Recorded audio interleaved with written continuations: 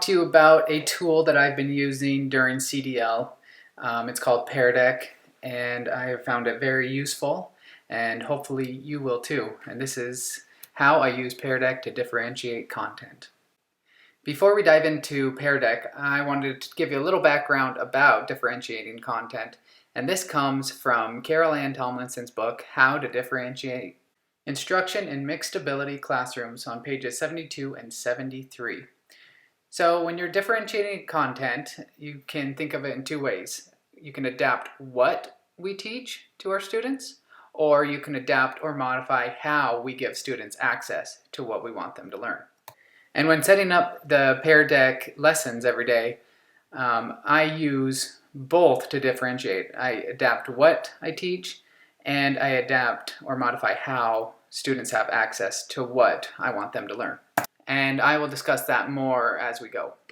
So we differentiate content based on students' need. And one of those areas could be their students' readiness.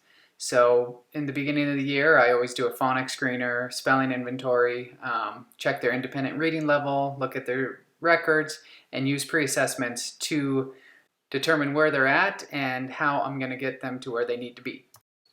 We also differentiate content based on or in response to students' interests. This is where relationship building really becomes important, so that you understand and know all of your students. And to do that, I use one-on-one meetings, lunch groups, and interest surveys to find out who they are and what they like to do. We can also differentiate content in response to their learning profile. So are they auditory learners, visual learners, kinesthetic learners, or a combination of all three? So now that we've kind of talked about why we differentiate content, I want to show you how I have been using Pear to differentiate content throughout CDL. And I hope you find this tool beneficial. I know I have, in terms of engagement, differentiation, and formative assessments. Now I'm going to go through the steps of how I would set up a differentiated lesson using Pear on reading informational text, and our focus is determining the main idea of a text and recounting the key details and explain how they support the main idea. So right now I'm in my Google Drive. I'm going to press on New, and then I'm going to click Google Slides, and it's going to take me to the Google Slides.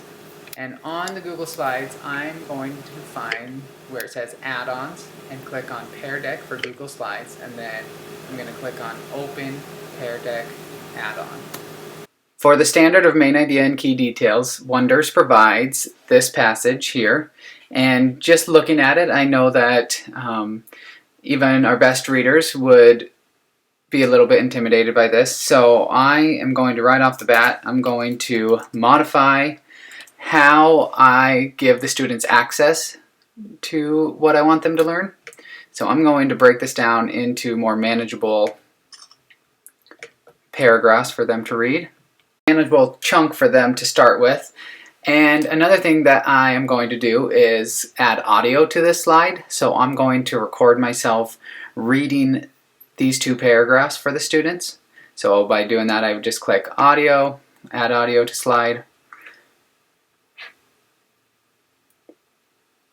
and then record myself reading that part of the passage so that all students would have access to those two paragraphs.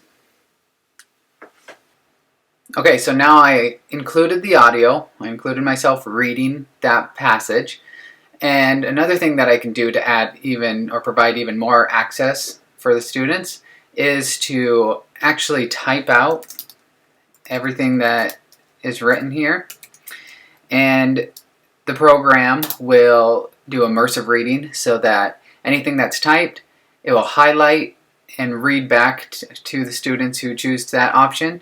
It will read it and highlight the words that it's reading. So that provides even more access to all students to be able to read and comprehend these two paragraphs. So now we've read the first two paragraphs, and it's time to add in a comprehension question. And I'm going to show you what it looks on the student side after we finish with this. So on Pear they already have an entire library of templates that you can use. So I'm going to add a new slide and then choose a slide from the template library. And I'm going to add this slide in.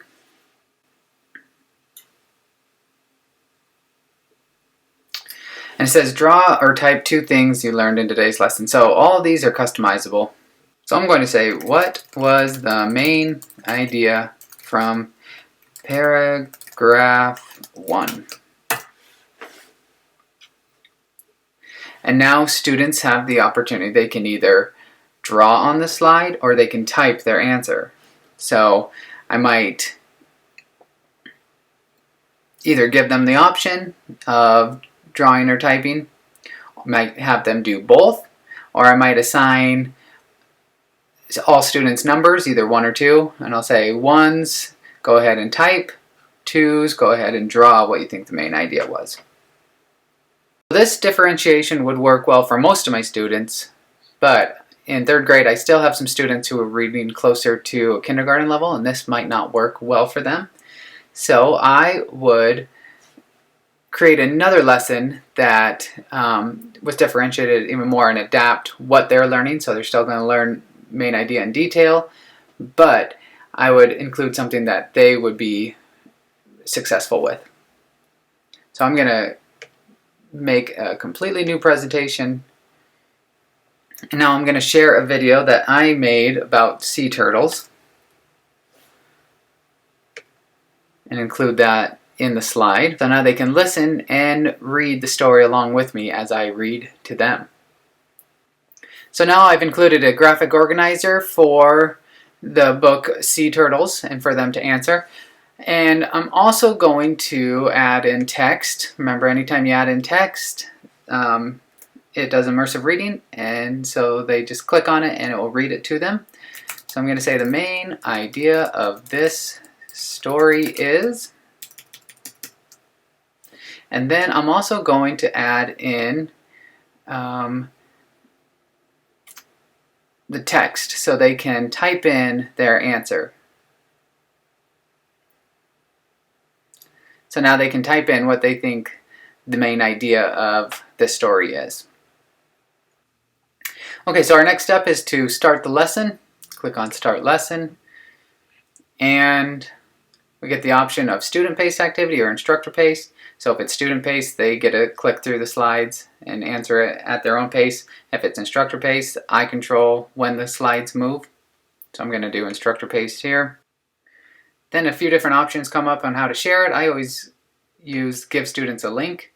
So I put that link into their Google Classroom and they click on it.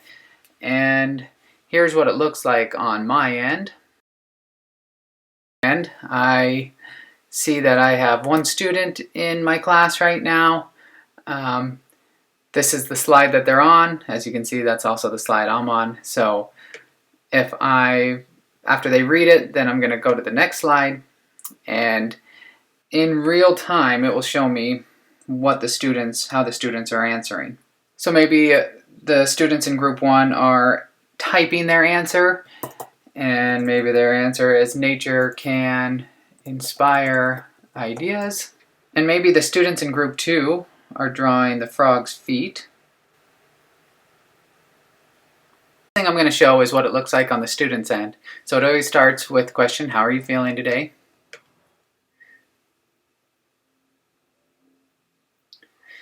And then we have our first slide, and as you can see, the audio is included, so all they have to do is press the headphone to hear what this passage says, and it's of me reading it. A sticky idea. Nature can inspire idea. Or, like I said, they can also use the immersive reading, so if they press this button down here, it will load the immersive reading, and it will, they press the play button, it will highlight the word. Nature can inspire ideas. Take the tree frog, for instance. As they read, so they can read along with it, and it will highlight it for them. Then when the teacher goes to the next slide, they will get their canvas, their slide will pull up, and they can either answer by typing, nature can inspire ideas. Or if they're drawing their answer, maybe they draw the frog's foot.